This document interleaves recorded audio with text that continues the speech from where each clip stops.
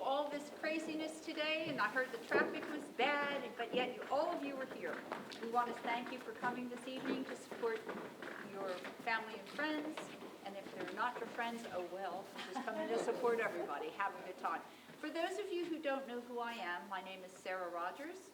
This is my class of 8 weeks. We started 8 weeks ago, and these people have worked very hard, and they have come up with their own interpretations of their monologues, and they work hard on those, and I put them in a scene, and now they're going to put those together for you tonight. And we are so happy that you are here supporting us. This is a community. How many people have never been to ArtServe before? Raise your hands. Wow. Let's see. Keep them up there so I can count. 1, 2, 3, 4. Help me count. Ash. 5, 6, 7, 8, 9, 10. I count about 12. What do you count? 13. 13. See? I'm going to go with him. 13 of you have never been in here before. This is a community. You can come here if you're driving around and you need a little break. We have a little room that you can sit and just look at your computer. And it's a library. This is the first library of Broward County. We have artwork here. It changes every 6 or 8 weeks. So we also have a curator here. We have painting classes here. We have dance classes here. We have yoga. We have Tai Chi. We have piano lessons. And I think we even have vocal lessons. So whatever it is that you kind of like in this community, it's here for you. So don't be a stranger. Come back and visit. We have 4 of these shows a year. 2 are the Monologue and Scene classes, not the same people. Well, sometimes we get the same people because they repeat. Because one of my students up here, Matthew Lawson, Matt, raise your hand. He comes to every one of them because he said it's the most challenging, what's the other word? But also the most useful, the most beneficial. There you go. So he's let him say it. So he keeps coming back because he likes the challenge of it and to do the work each and every time. Because again, that's for him, it's a good challenge. It keeps his brain working, and he's a professional actor. So that really helps him. Then we do improv, 2 shows a year. So we have 4 for you to come and see. So our next one is June 15. That will be the improvisation class. Don't know who I'm going to get, but whoever it is, please come and join us. In the meantime, we hope you enjoyed tonight, and I'm going to turn this right over to the actors. Good evening, everyone, and welcome to this bare bones performance. My name is Matthew Lawson, and before we begin, we have a couple of announcements. Please silence your phones. Please no flash photography. And if you do have to step outside, try to keep it quiet going through these doors in the back because they make a lot of noise, and we do have the cameras running. Now, let's meet the actors. Hello, everyone. My name is James Emilio. I am Claudio Croce. Hi, my name is Brody Barclay. Hi, my name is Steve Harris. Good evening, my name is Donald Carney III. Hello, my name is Leo Grevin. Hi, my name is Brenda Damian. My name is Vanessa Jean. Good evening, my name is Brittany Smith. All right, let's get started.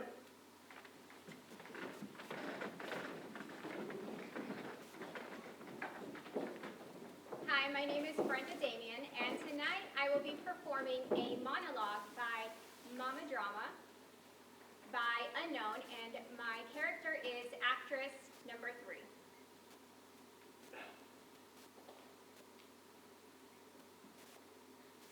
When I found out I was pregnant, I didn't even know who the father was. It was either David or Raul. I knew that. I held on to my virginity until I was 18. I'd been to bed with 2 men, and it was either David, bright, ambitious, generous, but basically asexual David, or Raul, a passionate but sleazy man. I ended up spilling it all out to David, of course, because he listened to me, and he seemed to understand. He said he wanted to be a father to the child even if it wasn't his, and oh, by the way, he loved me. I didn't know. I didn't think I could be a mother. I wanted my mother, but she wanted me to give the baby up for adoption and get on with my life. I still didn't know. I never told Raul and ended up marrying David and loved being pregnant. I wondered sometimes if the reason I was so happy was because I was in possession of two hearts. When labor came, it was in a great gush of warm water soothing to the dreaded pains of my dreams. I thought the attack on my body would never stop, that I could never survive this, until my baby girl was born. Perfect. Perfect. I never even held her because David and I decided to give her up. Stillborn. I lied. I lied to my friends, my family, my teachers at school. Stillborn. I lied and lied and lied, and after David and I split up, I even began to believe it was true until I fell in love, got married again, and gave birth to my second perfect child. And now, my first child haunts me. She's everywhere I look, including my own daughter's eyes. And she's here because David and I had specified to the adoption agency that she go to a couple in the arts in New York City. But I can't get to her. They won't tell me anything about her except that when she turns 18, she'll have the right to find me. She'll be 18 in August, and I'm here. I want her to know I'm here.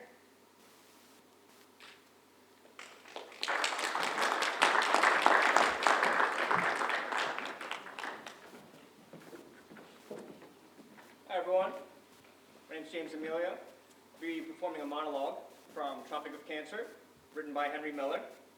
The character I'm playing is Henry Miller.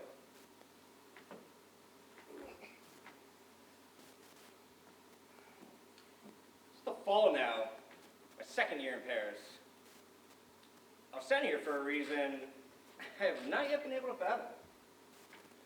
No money, no resources, no hopes. I'm the happiest man alive.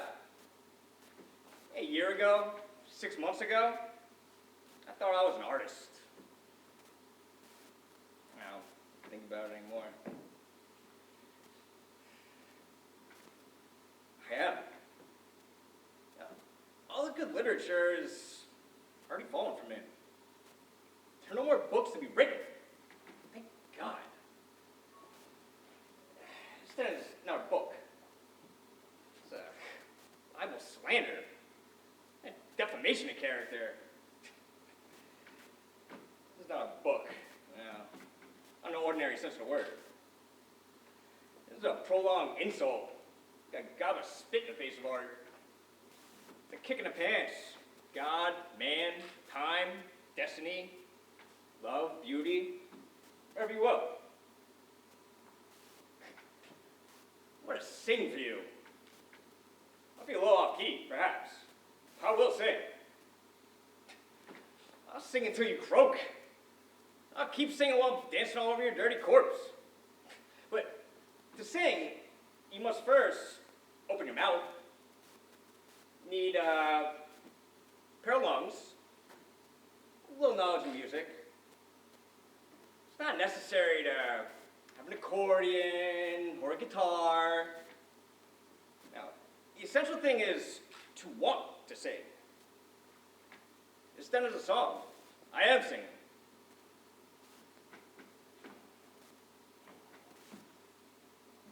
You, Tanya, and I'm singing. I wish I was better at singing. More melodiously, but perhaps you never would have consented to even listen to me. I mean, you've heard all the others sing. It left you cold.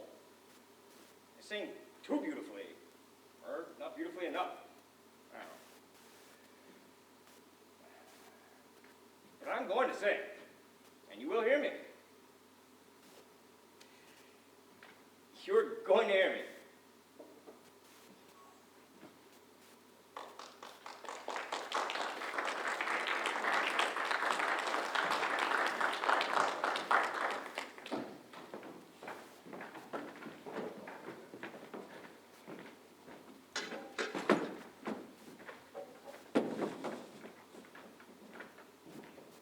Good evening, my name is Donald Carney III.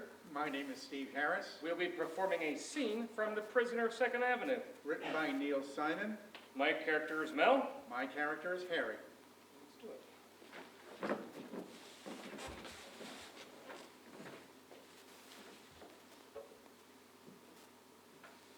Hi, Mel. Can I come in? Sure, Harry, sure. I didn't know you were in New York. Sure, Mel. Good to see you. I had a little business to take care of. I wanted to come by and see and talk to you and just see how you're doing. How are you feeling, Mel? Don't be so solemn, Harry. It's not a hospital room. I'm doing all right. Okay, great. Hey, look, I brought you some apples. They're from the country. They are delicious. And I know how much you like apples. I know you love eating them. Are you allowed to eat apples now? Apples don't affect the mind, Harry. They're not going to drive me crazy. Thank you. It's very nice of you. Sure. Is Edna here? She's in the tub. She's not feeling very well. Sure. Look, she doesn't want to see me. I understand. It's not that, Harry. She's very tired.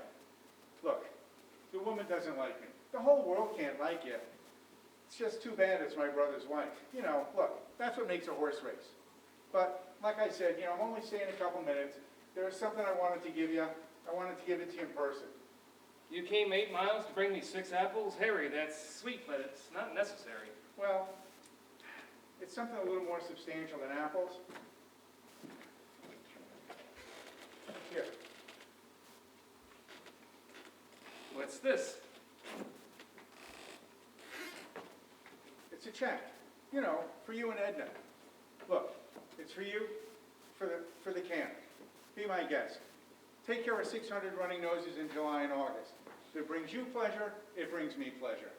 Harry, this is $25,000. Yeah, I know. Look, don't worry about it. Your sisters and I, we're splitting it evenly, 50-50. I'm telling them about it tomorrow morning. I don't understand. Frankly, Mel, neither do I. Why anyone would want to own a summer camp is beyond me. But if it brings you pleasure, it brings me pleasure. When did Edna ask you for this? Look, forget about it, okay? Everybody got a little excited. Everybody wanted to do the right thing. But it's all over now. Take the check, buy your camp. Harry, What, Mel? in the first place, thank you. In the second place, I can't take this. Look, Mel, don't start with me. It took me 6 weeks to make up my mind to do this. I can't explain it, Harry, but I just can't take the money. Why won't you let me, your brother, do something nice for you that gives you pleasure? You have, by offering it. Now make me happier by tearing it up. If they see this much money in this neighborhood, you're not going to make it to your car. You let everybody in the family do nice things for you. Edna, Pearl, Pauline, Jessie, everybody except me, your brother. Why is it that I am always excluded from the family? They're 3 middle-aged widows. They're looking for someone to take care of. I made them a present. I got sick. What do you want from me, Harry? I went to work when I was 13 years old. I didn't have a chance to be the favorite. Harry, let's not get into that again. You want to be the favorite? I'll give it to you. I'll call the girls up tonight and tell them from now on, you're the favorite. Look, it's all right, okay? I get it. When there's 2 brothers, one goes off to work, one stays home all day, the one that stays home all day, he becomes the favorite. Harry, I don't want to sound impolite, but it is not faring very well. We've got no water, and all of our food is defrosting. I'm really not in the mood to discuss why you're not the favorite. Mel, 31 years I lived in that house, and not once did anyone ever sing me happy birthday. Not true! You always had a birthday party. You always had a big cake. Sure, I had parties, I had cakes, No one ever sang me happy birthday. Okay, Harry. This year I'm going to hire a big chorus, and they're all going to sing you happy birthday. You know, 11 years old, I started wearing long pants. At 14, I had a little mustache. You know, I had to bring my birth certificate to the movies. They wanted to charge me adult prices. I know, Harry. You grew up very fast. Did you ever see Pearl's family album? Thousands of pictures of you, no pictures of me. Sure, pictures of you on ponies, pictures of you on bicycles, pictures of you in barber chairs. One picture of me, Mel, sitting in the back of a 1938 Buick. I look like Herbert Hoover. So sorry, Harry. Listen, Mel, I'm going to tell you something that I've never told anybody else. I don't think you have a head for business. I don't think you can handle money. I don't think you can handle the emotional problems. As a matter of fact, I think you're a child. I think you're a baby. I think you're a spoiled infant. But as God is my witness, I lay awake at night sometimes and I envy you. That's right. Can you believe it? A man like me envying a man like you. What I have, you'll never have. But what you have, I'd like to have just once, just for an hour. I'd like to be the favorite. What if I give you a big kiss right on the mouth? Ha. You kiss me, I'll break every bone in your body. Now look, I gotta go. I'll call you. And just forget about what I said. I don't want to be the favorite, especially if I have to kiss Jesse and Pauline.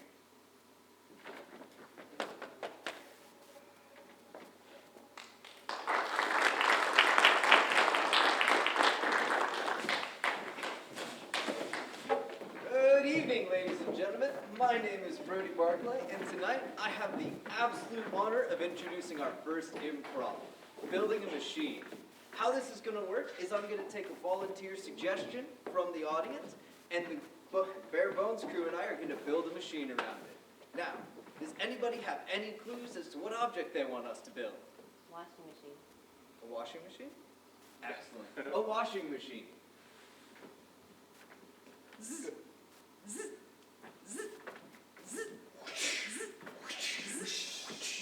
You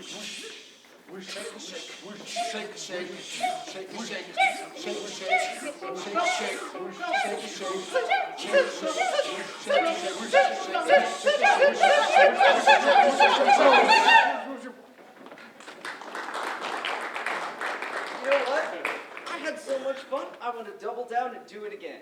I have another suggestion of any object in your mind. Ladies and gentlemen.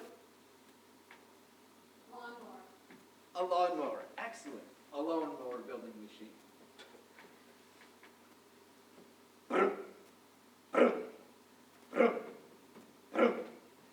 Zip, zip, zip, zip, zip, Thank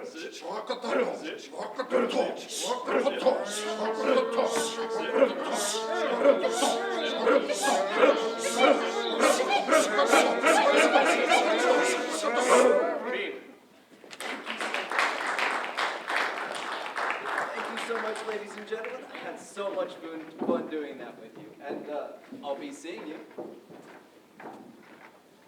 Good evening. My name is Leo Greving, and tonight I'll be performing a monologue written by D.M. Larson entitled I Need Detention, and my character is Jimmy. I need detention.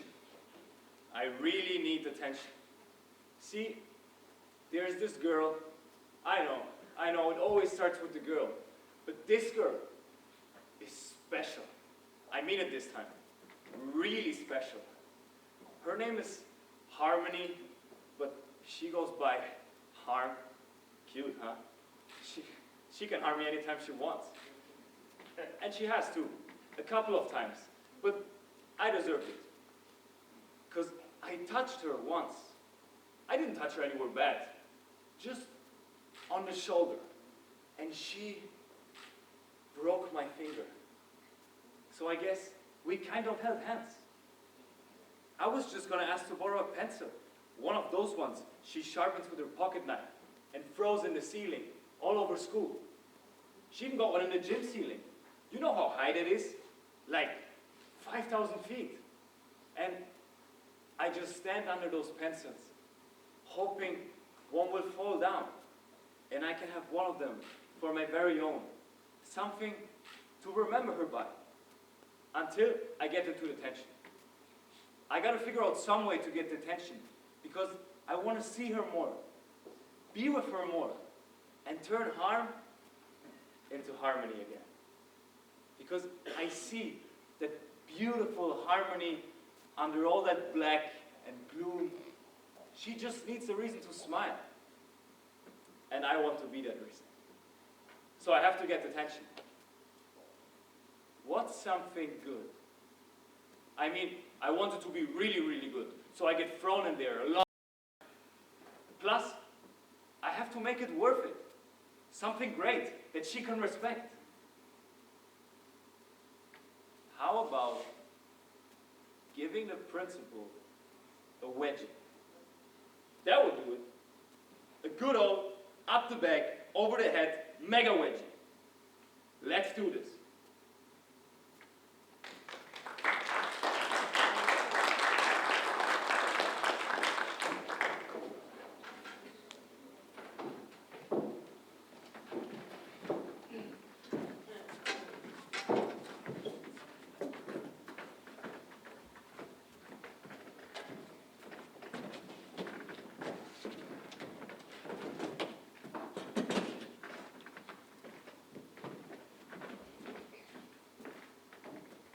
Good evening, my name is Brittany Smith, My name is Vanessa Jean, and we will be performing a scene from 3rd and Oak, the Laundromat. written by Marcia Norman. My character is Alberta. My character is Dee Dee.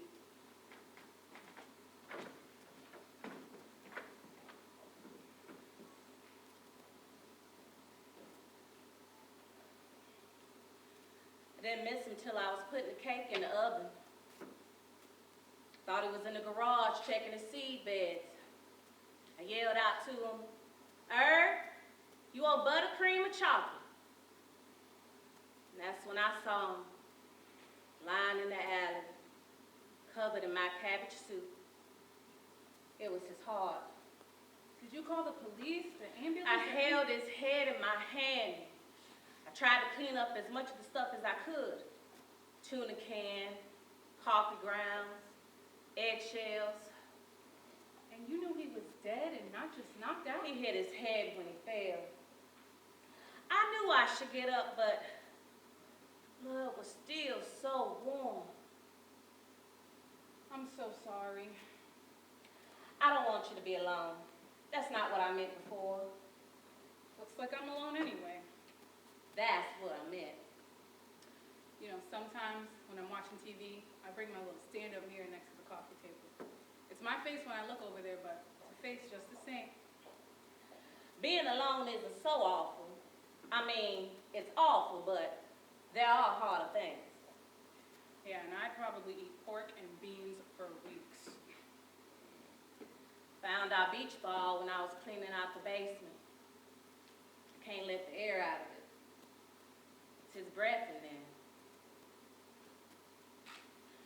You should go get your clothes. You don't want them to wrinkle. That's amazing about the shoe. The shoes. Remember we were talking about what Herb had on? Gray suit. White shirt, red tie with the silver stripe. I hold on to the shirt he died in, and I don't even know if he's got shoes on in his coffin. Well, if he's flying around heaven, he probably don't need them. You got him on black socks. It was his idea. He figured they'd be easier to match if they were all the same color. Is it? No. They might all be black, but they all don't shrink the same. Oh, and trust me, I would just love to get rid of all of Joe's white ones. Dee Dee, your lights are on. In your apartment, all your lights are on. Are you sure? Come see. Oh, you're right. Yes. And what should I do now? I don't rush right home and ask Joe, did he have a good time bowling those games after his double shift? Listen to him brag about his score, the score that he didn't make in the games that he didn't bowl after the double shift, that he didn't work. Yeah, well, I don't feel like it. I'm going next door, gonna play some pool and make a miss. I suggest you go home before you forget how mad you are. You don't have to put up with what he's doing. You can if you feel like you can't make it without him, but you don't have to. And what should I say? Joe, if you don't stop going out on me, I'll never speak to you again. Please, that's exactly what he wants to hear. What you say isn't important, but there is something you should remember while you're saying it. Which is, Your own face in the mirror is a better company than a man who eat a whole fried egg in one bite. But it won't be easy.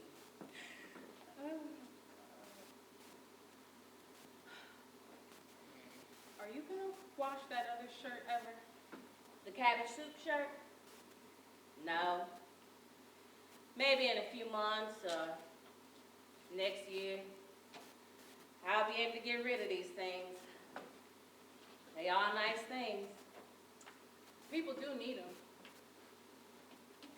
Hey, didn't I tell you in a garden for miles around here? You better hold on to these holes. It's getting around time to turn over the soil, isn't it? Yeah, in about a week or two it is. Well, that's everything. I'll just get my soap and Miss Johnson, Alberta. Alberta, Yes, I'm really lonely. I know. How do you stand it? I can't, but I have to just the same. How do you do it? I don't know. Call me when you figure something out. I don't have your number. I really want to be alone tonight. I know. Thanks for talking me out of it. Boy, you can count on me for that. Hey, don't go yet. I owe you some money. No! Everybody deserves a free load now and then. Thank you. Now, I suggest you go wake up old Sleepy back there and see if there's something you need to talk about. To be honest, I'm ready for a little peace and quiet. Good night. Yeah, peace and quiet. Too bad it don't come in cans.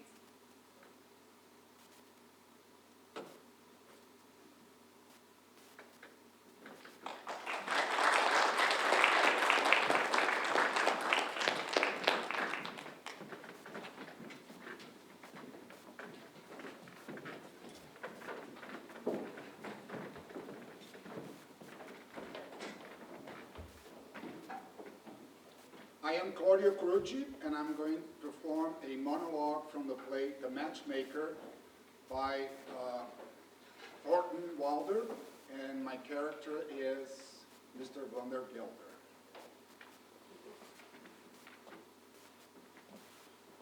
99% of all of the people in the world are fools, and the rest of us are at great danger of contagion. But I wasn't always free of foolishness as I am now. I was once young, which was foolish. I fell in love, which was foolish. I got married, which was foolish. And for a while, I was poor, which was more foolish than everything put together. Then my wife died, which was foolish of her. I grew older, which is sensible of me. And then I became a rich man, which is as sensible as rare. Since, you see, I am a man of sense, I guess you must be surprised when you hear that I am planning on getting married again. Well, I have two reasons for this. The first one, I like my house run with order, comfort, and economy. That's the work of a woman. But even a woman can do it well if she's merely being paid for it. To run a house well, a woman must think she owns it. Marriage is a bribe to make a housekeeper think she's a householder. Have you ever watched an ant carry a burden twice its size? What excitement, what passion, what will! That's what I think of when I see a woman running a house. What giant passion in those little bodies. What quarrels with the butcher for the right cut. What fury to find a moth in a cupboard. Believe me, if women could harness their nature to something bigger than a house and a baby carriage, they would win the world. And the second reason, ladies and gentlemen, by the look of your eyes, you guessed it already. There's nothing like mixing with women to bring out all of the foolishness of a man of sense. And that's a risk I'm willing to take. I just turned 50, and I just laid side by side the last dollar of my first $500,000. Shall I get crazy a little? I still have money to buy it back. After all these years of caution and hard work, I deserve a little bit of risk and a little bit of adventure. And I am getting married. Yes, like all you, other fools, I'm willing to risk a little security for a certain amount of adventure. Think it over.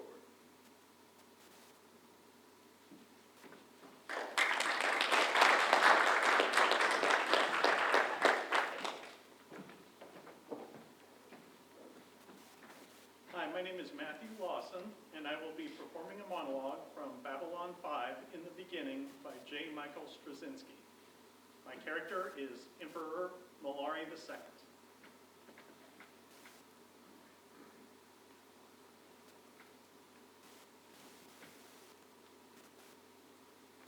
It's ironic, isn't it?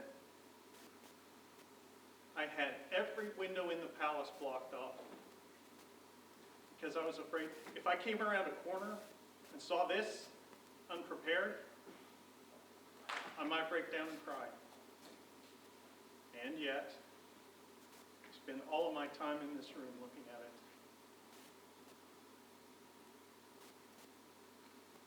it. In my life, I had 4 wives, and I cared for them all deeply. But I loved Centauri Prime, loved every street, every tower, every inch of our world. Everything I did for her. And look what we have done to her. But there is hope. But it will be hard. It will be so very hard. Now, where was I? Oh yes, the war. The humans, I think, knew that they were doomed. But where another race would have surrendered to despair, humans fought back with even greater strength. They made the Minbari fight for every inch of space. In my life, I've never seen anything like it. They would weep, they would pray, they would say goodbye to their loved ones, and then throw themselves, without fear or hesitation, into the very face of death itself. Never surrendering! No one who saw them fight could help but be moved to tears by their courage and their stubborn nobility. And when they ran out of ships, they used guns. When they ran out of guns, they used knives and sticks and bare hands. They were magnificent. I only hope that when my time comes, I may die with half as much dignity as I saw in their eyes at the end. They did this for 2 years. They never ran out of courage. But in the end, they ran out of time.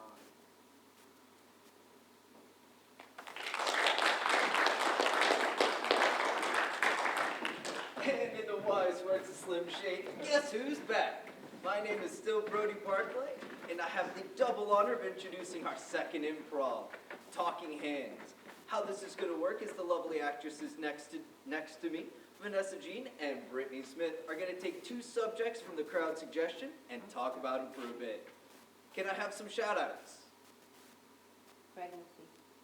Pregnancy and Earrings.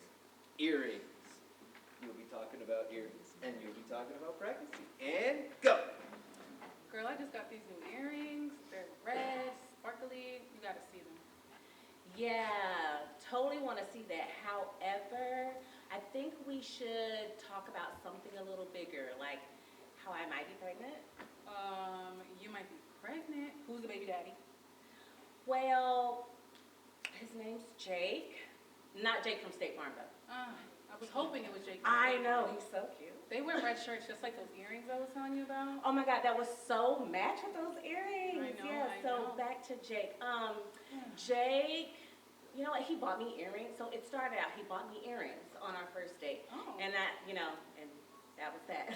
Oh, that quick, huh? Yeah, I mean, they were really pretty. They had diamonds.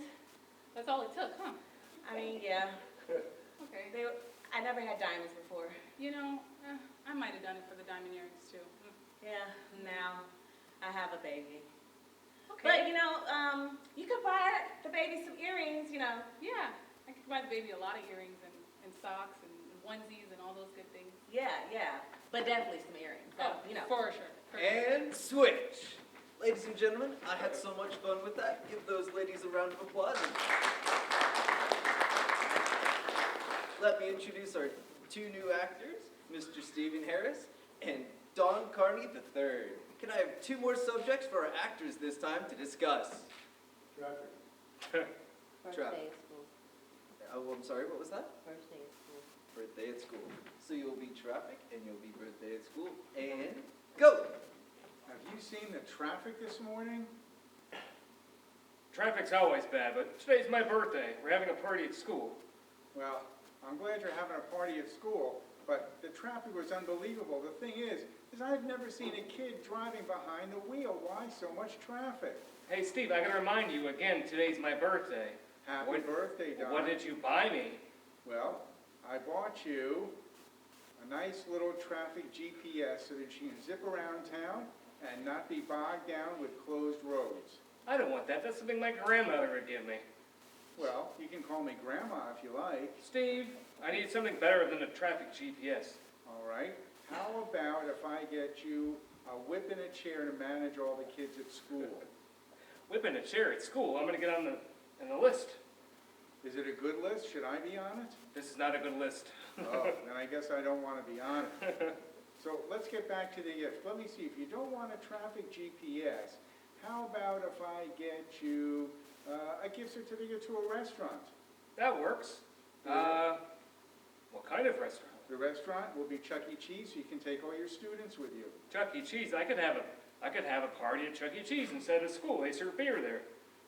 That's a great idea, just as long as a fight doesn't break out. Fights always break out at Chuck E. Cheese. I know, isn't it great? And scene. Ladies and gentlemen, give it up for Vanessa, Steve, Don, and Brittany. Oh, you thought it was over. Again, my name is still Brody Barclay, and if you're not sick of me yet, just give me 2 more minutes. So now, I'll be performing a monologue entitled Talk Radio, written by Eric Bogosian. My character is Barry. Hold the calls. This is my job. This is what I do for a living.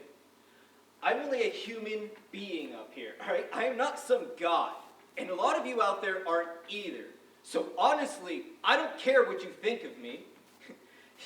And who the hell are you anyways, audience? You call me up and you try to tell me things about myself. You don't know me. You don't know anything about me. You don't know who I am. You don't know what I want, what I like, what I don't like in this world. To you, I'm just a voice. A voice in the wilderness. And you, like a pack of baying wolves, descend upon me. Because you can't stand facing what it is you are and what you have made. You are happiest when others are in pain. And here I am to lead you by the hand through the dark forest of your own hatred and anger and humiliation. I am providing a public service. Thank me. You're like little children, terrified of the boogeyman. But you can't live without him. No, tomorrow night, millions of people are going to be listening to this show, my show, and not one of you has a thing to talk about. What do you talk about, huh? Baseball scores? Your pets? Orgasms? You're pathetic! I despise each and every one of you. You have nothing. Nothing. No hope, no power, no future, no brains, no God. The only thing you have is me. What are you without me? And I come up here and I tear into you. I abuse you and I insult you. Yet you keep coming back. Why? What is wrong with you? You're a bunch of drunken, bigoted, disgusting, voyeuristic, obscene callers. To hell with all of you. I don't need you, your fear, or your stupidity. You don't get it. It's wasted on me. And if anybody has any idea as to what I'm even talking about, I'll apologize. Go ahead. Next caller.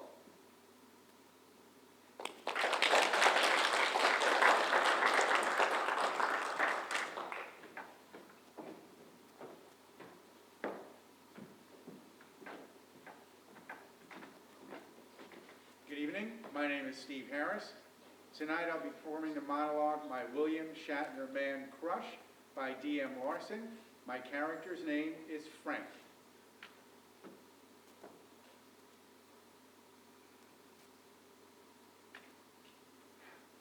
Why am I standing here with all these losers? I'm a grown man with a job. I don't live in my parents' basement, yet here I am, waiting in line. William Shatner. Oh, I even got here early. I have my sleeping bag.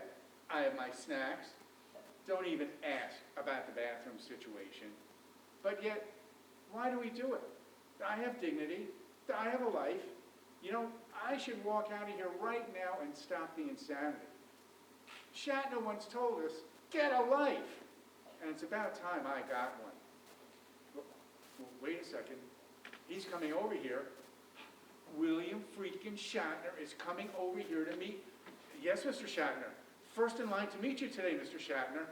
You're my favorite celebrity. You're my favorite person in the whole world. I love everything you've done. I love Star Trek. I love T.J. Hooker. I love Third Rock from the Sun, Boston Legal, Miss Congeniality. I even love the Priceline commercials. Why, I love you, Mr. Shatner. Today is the most momentous day of my entire life. What's that? Call you Bill? Well, thank you. Yes, Bill. Nice meeting you. Bye, Bill. Live long and stay awesome, Bill. What is wrong with me? What, do I have a girl crush? Oh, I can't believe it. I'm so embarrassed. I have a man crush. I have a William Shatner man crush. I need to have my head checked. I wish I could just crawl under a rock with the rest of these creepy people and, well, wait a second. They're opening the doors. Oh, I am so getting my boots signed. Bill, wait up. Look what I found on eBay for you to autograph. They're the original rocket boots from Star Trek V. Bill, wait.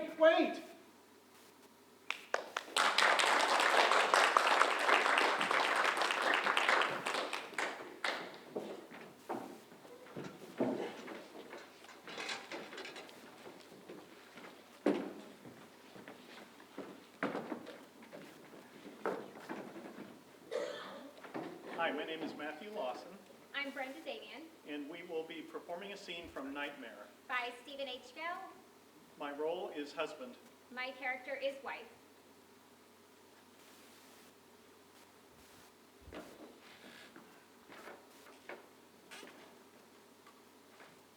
What are we going to do? I don't know. We have to do something. What can we do? Didn't they tell you what to do? Didn't they say they were going to do anything? They told me to keep her home. How long? What? How long did they tell you to keep her home for? I don't know, forever?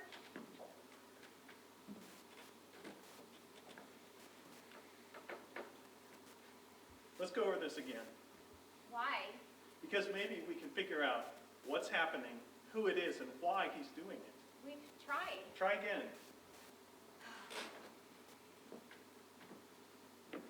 I was in the living room, cleaning. No, what did the principal say when he called? He said somebody called and asked for Linda. Who? I don't know, some man.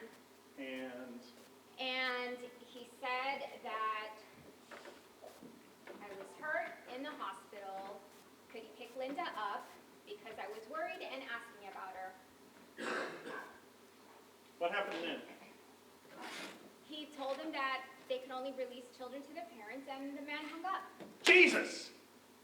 Why the hell didn't he tell him to come by and pick her up, then call you to find out if you were okay, and then call the police? He could have had them waiting for him.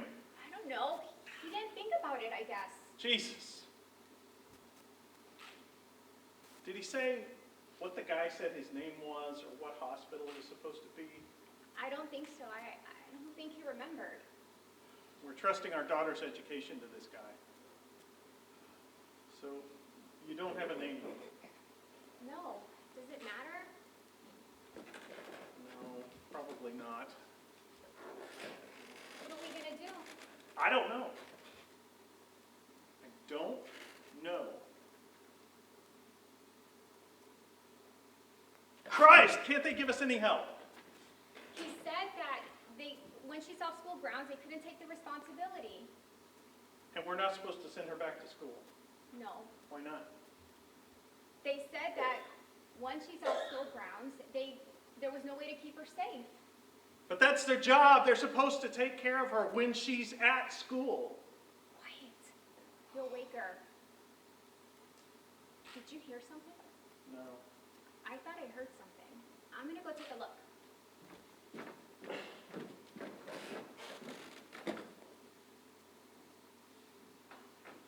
It wasn't anything. She's still asleep.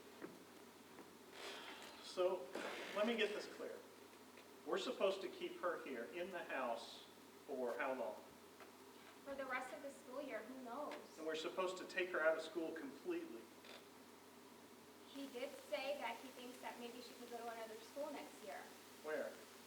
He didn't know. He thought maybe she could go to another school district. What? Why?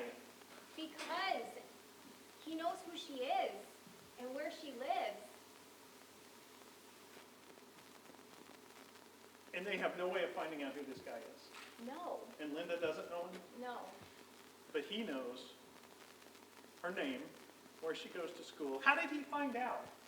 How did he meet her? How does he know who she is? You know how friendly she is, always talking to everyone. But we told her not to talk to strangers. I know, and she doesn't really, but if she was at the bus stop and someone started to talk to her, they could ask her her name, and they could figure out where she lives or goes to school, and they could have followed her there or here.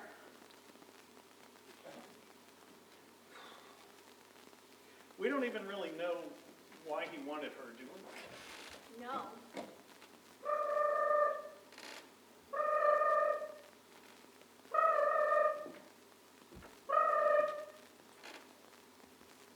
Hello? Yes. Yes, he's here too. No, she's asleep. Yeah, I think she's all right. Thank you. She doesn't seem to understand what's happening. Okay. But I don't understand. But what if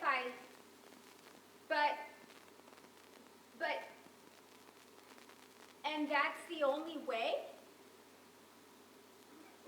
All right. I'll let him know. Thank you. Good night. Well, what is it? Who was it? That was the principal. What did that ass want? He wanted to make it clear that we ought to move away from here. clear out of the state if possible. What? He said that? Why? Because he knows who she is and where she lives. Couldn't you take her to school? Well, yes, but I couldn't pick her up all the time. And what if he finds her again and picks her up at school, out on the playground or something? But move clear out of the state? What about my work? I can't just get up and move out of here. I mean, what about my job? He said he was sorry. But that's the only way to keep her safe. He said something else too. He said that if this guy really wanted to get to her, he could find her even if we were to leave the state. We could never know. We'll never know if she'll be safe again. He could come anywhere, anytime. What are we going to do?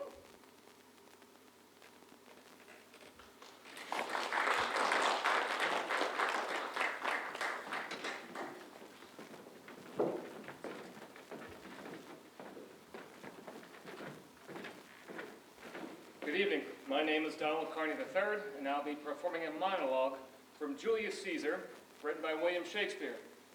My character is Mark Antony. Friends, Romans, countrymen, lend me your ears. I've come to bury Caesar, not praise him. The evil that men do lives after them. The good is often turned with their bones. So let it be with Caesar. The noble Brutus hath told you Caesar was ambitious. If it were so, it was a grievous fault, and grievously has Caesar answered. Here, under leave of Brutus and the rest, for Brutus is an honorable man, so are they all honorable men, come I to speak in Caesar's funeral. He was my friend, faithful and just to me. But Brutus says he was ambitious, and Brutus is an honorable man. He hath brought many captives home to Rome, whose ransoms did the general coffers fill. Did this in Caesar seem ambitious? When that the poor hath cried, Caesar hath wept. Ambition should be made of sterner stuff. Yet Brutus says he was ambitious, and Brutus is an honorable man. You all did see that on the Lupercal I thrice presented him a kingly crown, which he did thrice refuse. Was this ambition? Yet Brutus says he was ambitious, and sure, he's an honorable man. I speak not to disprove what Brutus spoke, but here I am to speak what I do know. You all loved him once, not without cause. What cause withholds you then to mourn for him? O judgment, thou art fled to brutish beasts, and men have lost their reason. Bear with me. My heart is in the coffin there with Caesar, and I must pause till it come back to me.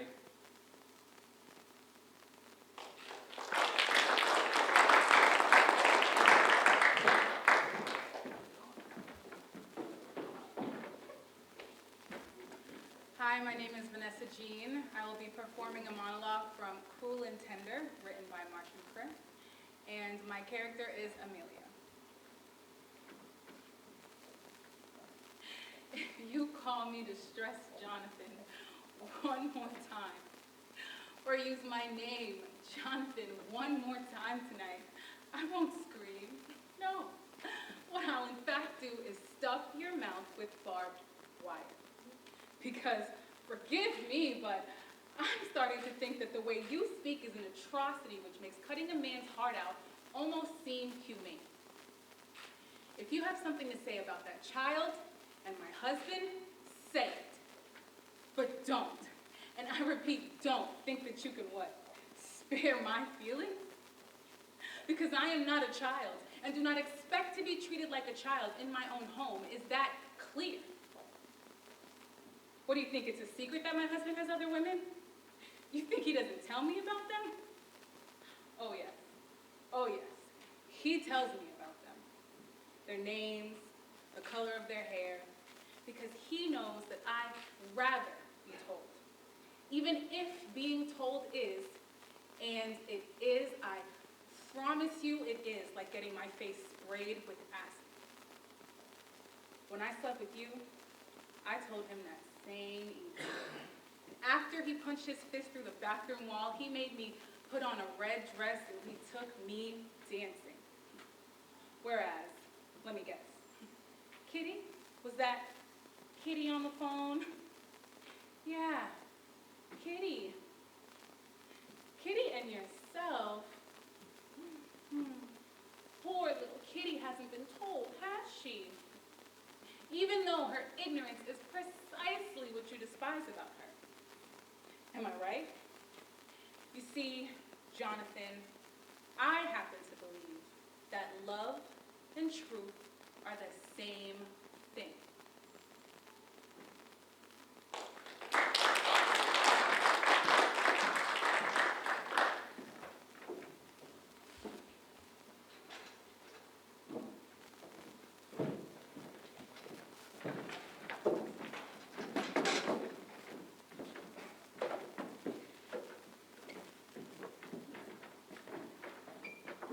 Good evening. My name is Leo Greving, My name is Matthew Lawson, and we will be performing a scene tonight written by John Olive. called Minnesota Moon. My character is Larry. My character is Alan.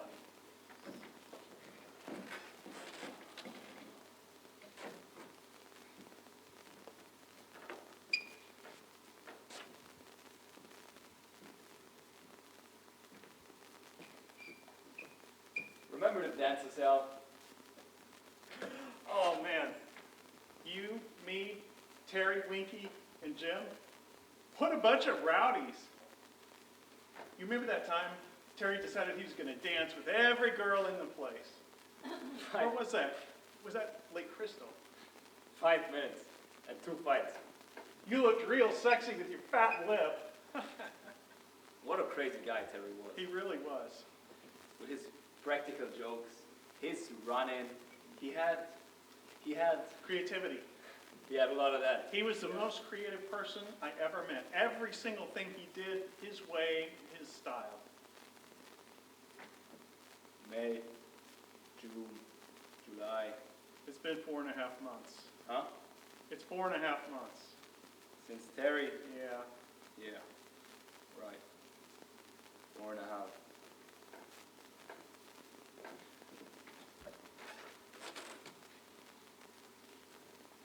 Alan? Yes, Lawrence? Hey, screw you. What? I sort of wouldn't mind talking about Terry. Because I think about him all the time. And maybe one of the reasons I don't know what I'm doing is because I can't get Terry off my mind. Yeah. Yeah. I mean, it shouldn't take 4.5 months to... Do you want one of these? Huh? You want one? No, I don't have one here. You miss him as much as I do, Al. What do you think? You pissed? No. You seen his ma lately? Yeah, today. Went to say goodbye. Yeah? How is she? How's the place look? Oh, she's fine. Place looks like shit. No one around to... She's gonna sell it and move up north with her daughter. In California? Nah, the one in Duluth. Oh, yeah. So, you said goodbye? Yep. She cry or anything? Hey, What? you think life's a movie? I don't know what life is. You think it's just something All I asked. entertainment or... Did she? Jesus, it was a private conversation. Okay, you don't have to tell me. I ain't your friend. I wasn't Terry's friend. I'm just a nosy son of a bitch who can't keep his mouth shut. We talked about Minneapolis and if I had enough money and how hard I would have to work. You talk about Terry? Yes, we talked about Terry. And? And she's against motorcycles. And like how there should be a law like in Florida where the motorcyclists have to wear a helmet. She say that? Yes. Helmet wouldn't help Terry. That truck squashed him flat. Well, maybe she didn't know that. Why didn't she? They didn't give her the gruesome details. Or maybe she didn't ask. But didn't she read the... Hey! You dumb shit! Yes!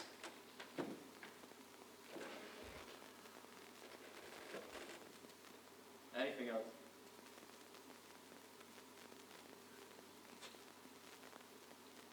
None of his fellowships came through. What? Shit. He was good, man. The hurdles, the dashes. Every time he ran the 880, he cleaned up. He got beat? Well, there was just that black guy from Rochester. Well, maybe the black guy got the scholarships.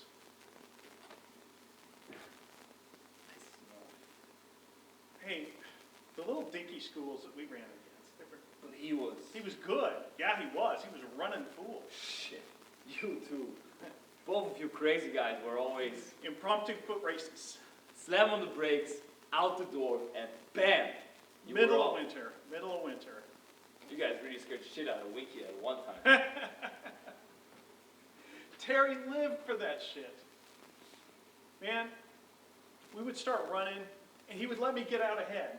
And I'd hear this whoop, whoop, whoop coming from behind me, and he'd go running right past, yelling with every stride, laughing, fall down in the snowbank, barking up clouds of white breath at the sky and the moon, and the air like fire in our lungs. Yeah. Hey, how fast you do the 100? Oh, I don't know, 10 something? I could never break the 12. I never tried. Terry could run. Terry could run.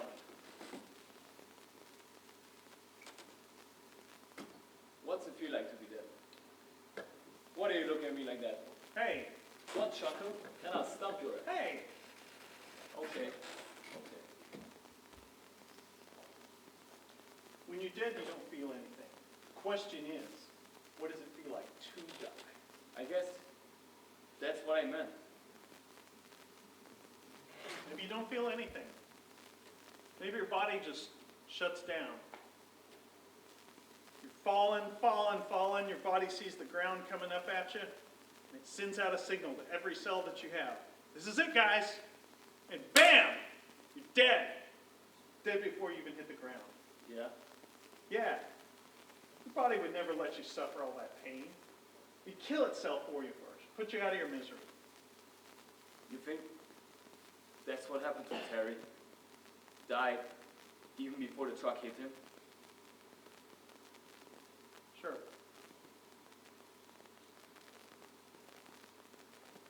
Must have hurt bastard. Yeah. Shit. Drink your beer. Notice how because all the bugs and birds are depressed. Let's change the subject.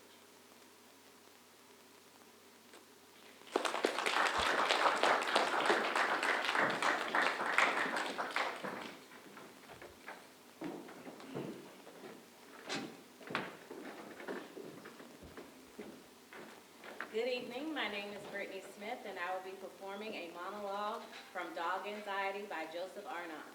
My character is Zara.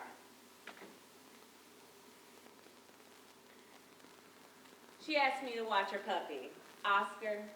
I said, sure. I mean, how hard could it be to watch a innocent, harmless, cute little puppy, right? Right? Wrong. It was a nightmare if there was it. Look at me. Do you see the bags under my eyes? I look like I went 12 rounds with Muhammad Ali. I look horrible. And she says it like it's no big deal. Zara, would you mind watching my puppy for me for 3 days? I said, sure. No problem. No problem. That dog has not stopped barking its squeaky little voice. Kept barking the entire night. Like a wolf howling in the night. Kept Then it's time to go to work. Work somehow was better than staying home with Mom, Mom, Mom. But guess what? As soon as I stepped foot in my kitchen, I began sliding all the way across the kitchen, landing flat on my back. I have bruises the size of boulders. Dog pee-pee. Yeah. It's messed up. That dog is messed up. Cheryl is so messed up for suckering me into watching her. I can't even think of any more insults for that.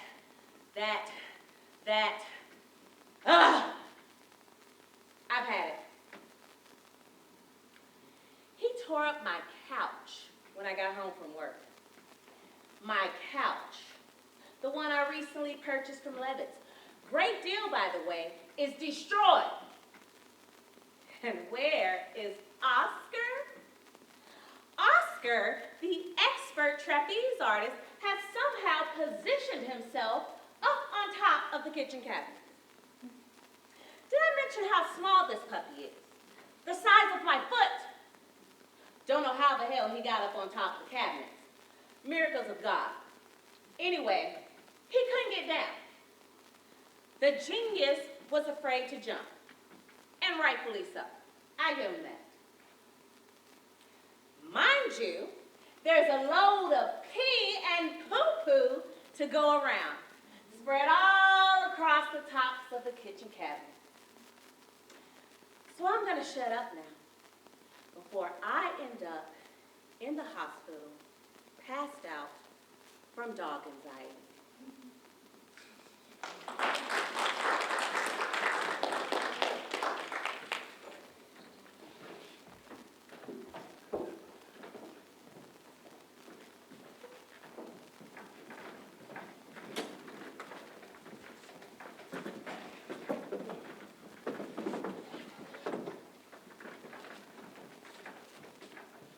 Hello, everyone.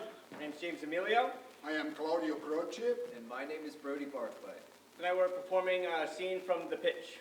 By Alexander Lee Rieker. My character is Hank. My character is Sam. I am Harper.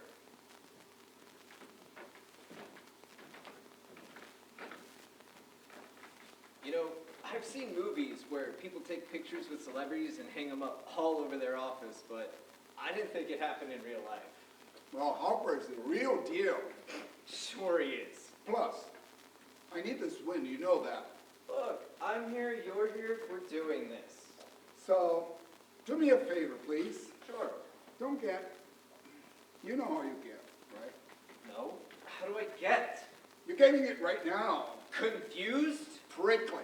You get prickly, especially in front of Harper. Well, I don't like him like you like him. You think I like him? You think that this is what it is about? You get some kind of way around him too. Goofy, like a cartoon character. I don't get goofy. Look, if we make the sale, we make the sale. If we don't, you don't need to go running after it like some guy chasing his hat in the wind.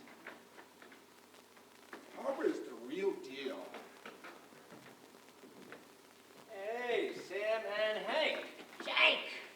Phone you guys at? Sounds right. Thanks for seeing us, Harper. Hey, how is Tigerwood in real life? Correct, man. What do you guys got for me today? Straight to the point, right? I like that. So the other night, Hank and I went to this nightclub. I know what you're thinking. It's not the beginning of another joke. It's a nice place. Not as nice as yours, of course. It's a little bistro area. It's got these red and white crisscross tablecloths on every single table. And a boatload of folded cloth napkins. Surprised I let you guys know it's a classic joint like that. Well, Hank and I were just walking around, and I said to myself, it must be a lot to wash all those tablecloths and napkins every night. Then, Hank gets a whiff. And he gets on that scent that only he can. Opportunity, advantage, value. Yeah, it's like cleaning product you're trying to sell? Listen, we have done extensive research. There are plenty of things on the market, but not a whole lot of margin for savings. That is until, well, do you want to tell? It's your fun. Maximum dilution point. Have you ever heard of that? It's the point at which you can dilute a cleaning product to without it becoming ineffective. And Dino Clean can be mixed with a whole bucket of oil slick and still take out your toughest stains. It's a laundry detergent. It's not sexy. I know. We don't sell sexy. At least not now anymore, right? We sell value to customers like you, who we respect. Yeah, I'm not really feeling it. Why don't you feel it? What's wrong with you? Look, it's like a giant bottle of blue goo. What the hell am I gonna do with it? You know the type of place I'm running there. You guys come and take up all this time, you're making it seem all like a genie bottle or something, but come into my office, I'm spending this time with you, I'm expect a little razzle-dazzle or something fresh, you know? We don't sell razzle. Hey, Hank, Brickley, sit down, please. So I have an idea. This morning, Another story, here we go. let me tell you, come on. This morning, I went to the Dino Clean factory to pick up the sample, which is yours, by the way. Enjoy it on us. And like an idiot, I buy this cheese and ham sandwich, and I drop mustard on my shirt. That's what I am acting strange all day. I'm sitting everywhere like a contortionist, like I use wrapped up tissue to hide my mustard stain. Do you want to see it? Come on.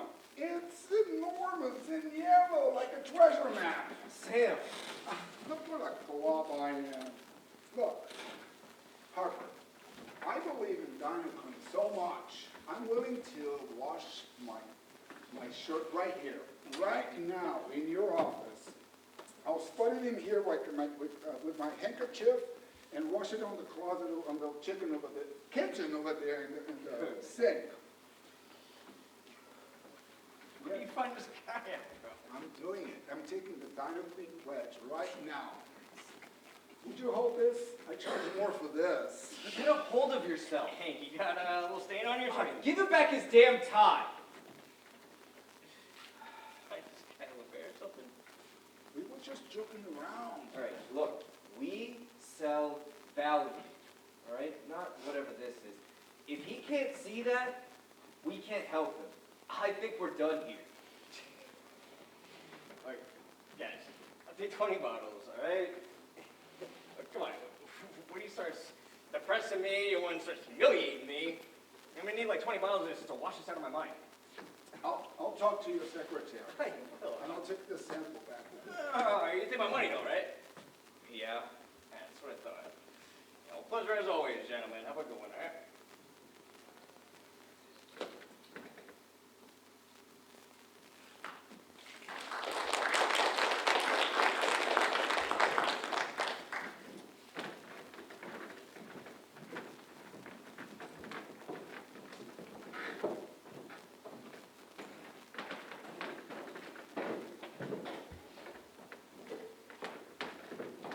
All right, ladies and gentlemen, we've made it to the end of the show, but before we go, we have one last treat for you, and that's going to be our Sara Rogers Orchestra.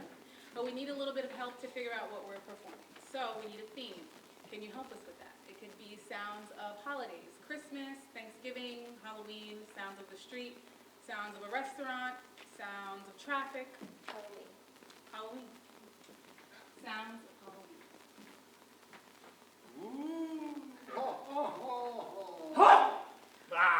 Trick or treat.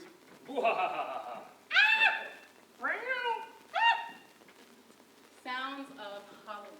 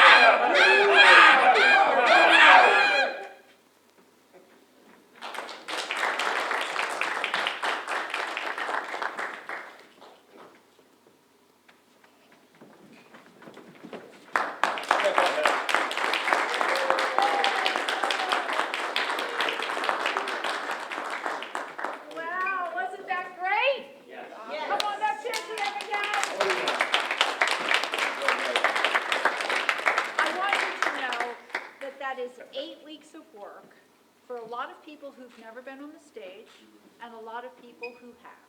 So I mix my students together because the people that have gone out there to do this, whether it's professionally or just here in class or whatever they do, help the people that just come in.